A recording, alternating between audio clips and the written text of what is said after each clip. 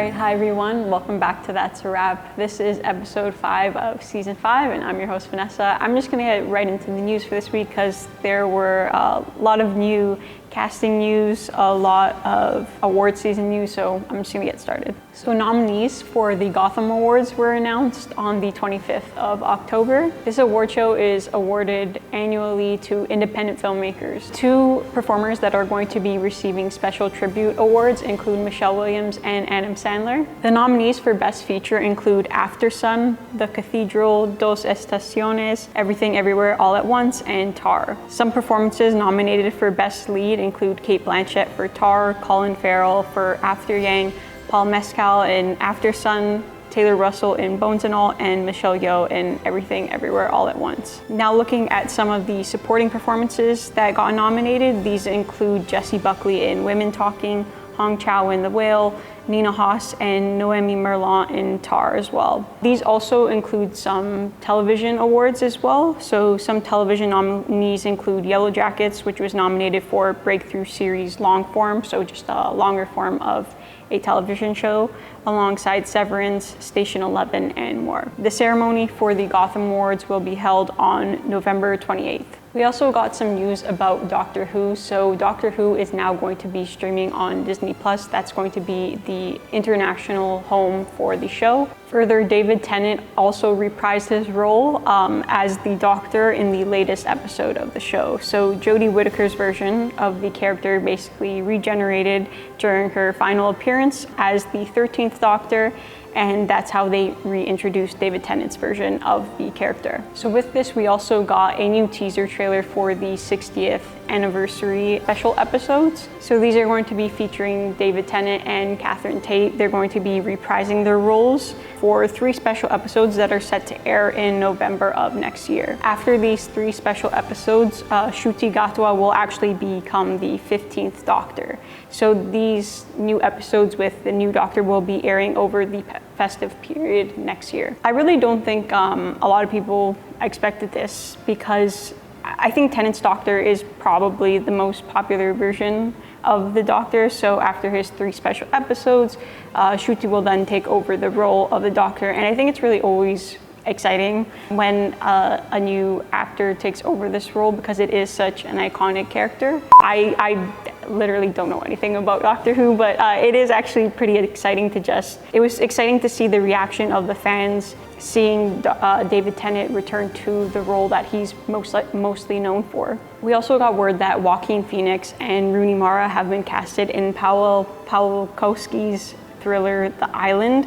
So the real-life couple is going to be playing a couple in this film. It's based on real events, and it's basically about this couple that escaped to their own private island, and they live off the land.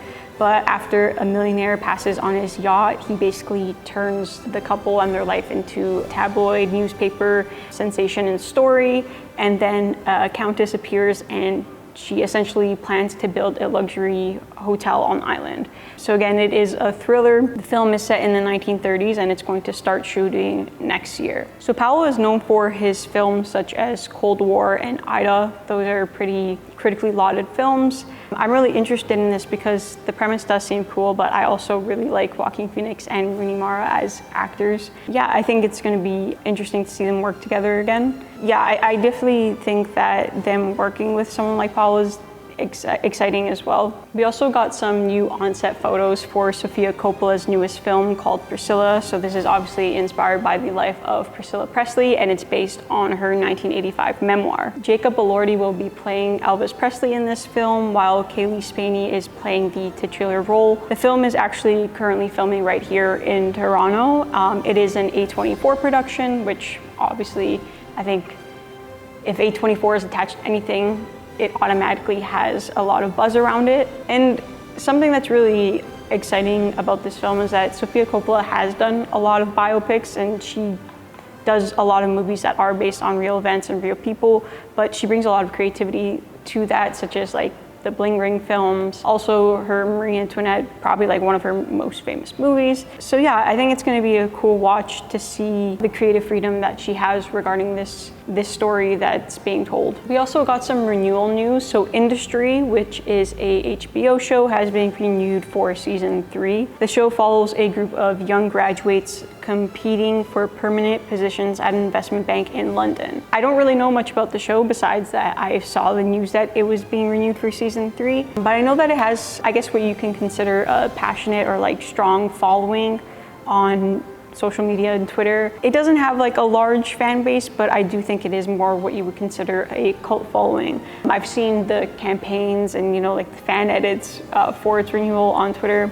and yeah, I think it's often very I mean, for lack of better words, like scary being a fan of a show that doesn't necessarily draw a lot of viewers, because there's always that chance of it being canceled. But I'm very happy for the fans, because from what I've seen, it has a strong following that is very passionate about it. So this is obviously very exciting news for them. Continuing on with more casting news, Woody Norman has been casted in The Electric State. So Woody Norman is most likely known for his role in Come On, Come On. This is the Mike Mills film from last year. He is, I guess, the lead in the film. He was considered the breakout actor from that film. So The Electric State is an upcoming Russo brothers film. It is based on the graphic novel of the same name. So it's following Millie Bobby Brown's character, who is sent a robot by her missing brother, and then together they set out to find him. Some of the cast includes Michelle Yeoh, Chris Pratt,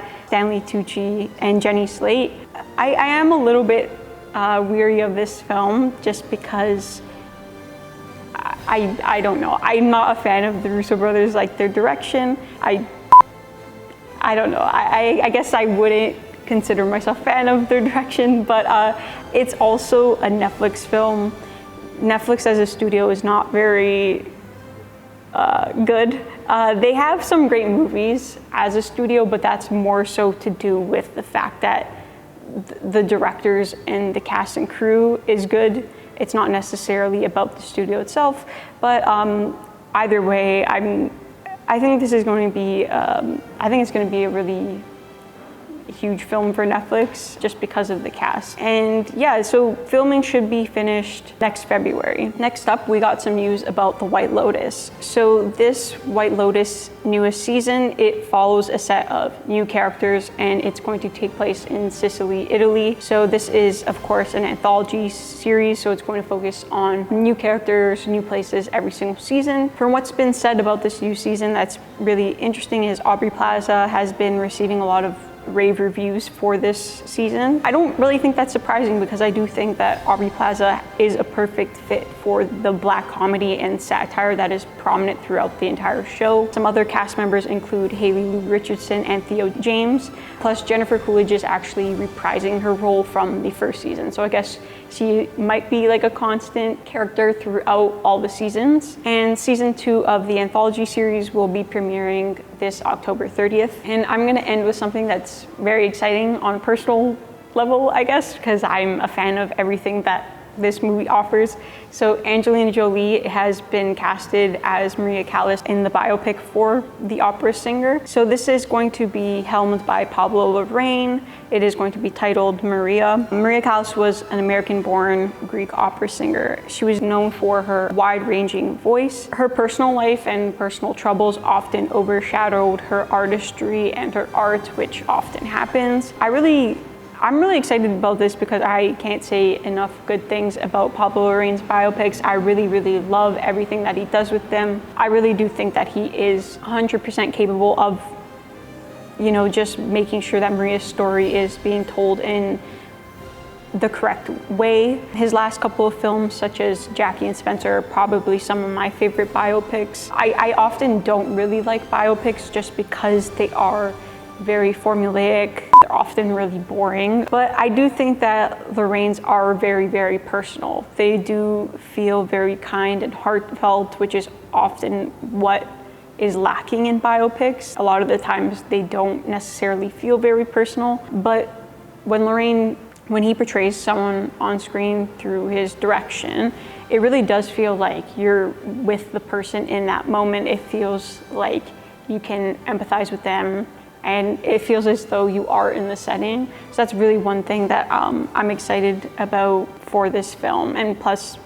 I think it's cool that Angelina Jolie is going to be the star of the film. So yeah, with that being said, there was a lot of casting news that is exciting. A lot of new shows and films are going to start dropping now just because it is around award season. And yeah, a lot of movies and shows that I've been talking about recently are filming right here in Toronto. So the film industry is definitely growing in Toronto, which is always exciting to hear about.